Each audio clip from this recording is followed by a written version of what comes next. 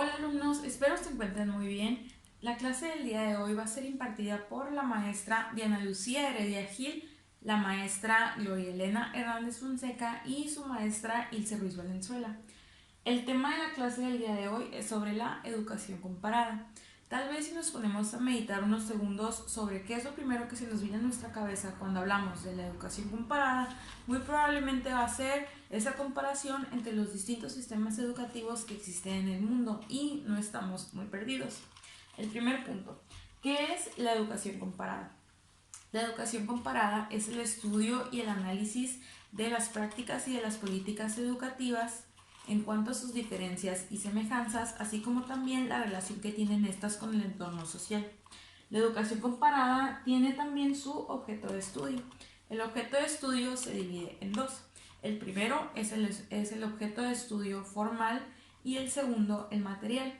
El material es simplemente el fenómeno educativo. El objeto de estudio formal son las relaciones, vinculaciones entre dichos fenómenos educativos.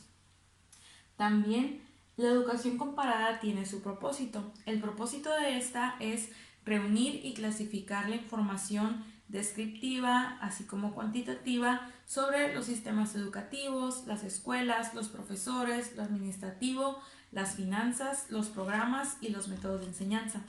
También el propósito de la educación comparada con toda esta información es proponer alternativas que estén orientadas al perfeccionamiento del sistema educativo que se está estudiando. Dentro de la educación comparada existen tres corrientes epistemológicas vitales. La primera es el positivismo, donde uno de sus principales representantes fue Julian. Julian intentó utilizar el positivismo aproximadamente una década antes que Augusto Comte. Comte promulgaba la idea de que todo fenómeno social tenía leyes invariables y Julian promulgó la invariabilidad de ciertas leyes que se debían aplicar al ámbito educativo. Posteriormente nos pasamos al relativismo, el cual no sobrepasó al positivismo, pero sí llegó a ser muy popular a mediados del siglo XIX. Uchinsky, quien fue uno de sus principales representantes, publicó el ensayo Carácter Nacional, donde estipulaba que cada nación tenía su propio sistema nacional educativo y que prestar ese sistema nacional educativo a otra nación era prácticamente imposible. Dado el universalismo del positivismo y el particularismo del relativismo, surge nuestra tercera corriente epistemológica, la cual es el funcionalismo histórico. Este está interrelacionado con otras instituciones sociales y culturales y puede ser mejor entendido si está examinado desde el entorno social. Buenas tardes, mi nombre es Gloria. Les voy a hablar sobre las etapas del desarrollo de la educación comparada. Son 4 etapas. En primer lugar está la etapa estructuralista. Esta etapa, por su autor Julien de París, nos menciona que predomina por las narraciones de los viajeros.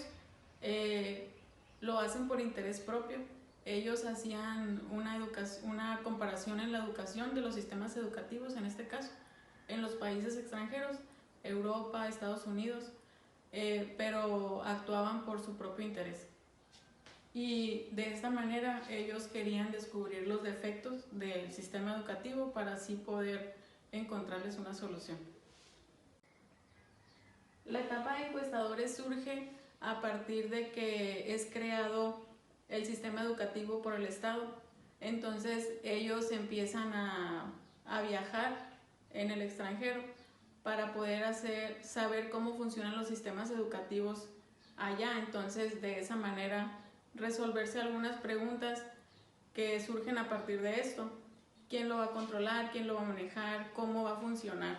¿Cómo es que va a ser contratado el personal? Los docentes en este caso. Y de esta manera es que surgen esos encuestadores. La etapa de sistematizaciones. En esta etapa se establecen instituciones que van a ser las encargadas de hacer la comparación. Esta etapa, a partir de que ellos investigan y hacen la comparación, llevan esa información a las aulas y le platican a los alumnos cómo es que va a funcionar su sistema educativo. En último lugar, está la etapa prospectiva. Esta etapa está más que nada enfocada en el porvenir, en el futuro de un sistema educativo. Aquí se crea una base de datos, se crea la UNESCO, que es un organismo dedicado a la educación comparada, y se crean otros organismos. Estos organismos con el fin de hacer... en esta ocasión voy a hablar ahora de las características de la comparación educativa. Una de sus características es que no se pueden comparar dos estudios iguales, tienen que ser diferentes. Se deben de conocer los criterios de una comparación para poder hacerse. Su fin es descubrir semejanzas y relaciones entre sí, sus diferencias. Es una acción de pensar relacionando. Su afinidad debe ser geográfica e histórica. Debe conocer la realidad social y cultural para que pueda hacer una comparación. La educación comparada debe distinguir con claridad la realidad. Debe ser también objeto en ramas pedagógicas. Es un método de trabajo pedagógico y debe de ser, su fin es unir o agrupar las diferencias. Y como último punto, es un conjunto de relaciones recíprocas, es decir, de relaciones similares. Las etapas del análisis comparativo, como primer lugar es la descripción. Esta es conocer el sistema educativo extranjero, desde las instituciones hasta el método de enseñanza que utilizan. Esta información la obtienen por medio de información escrita y visitando las instituciones. La interpretación es un examen de la información anterior, es analizar la información y resumirla. La yuxtaposición es una formulación de hipótesis de los puntos anteriores. Y la comparación es valorar y sacar conclusiones. Su fin es el análisis y ya para poder hacer la conclusión.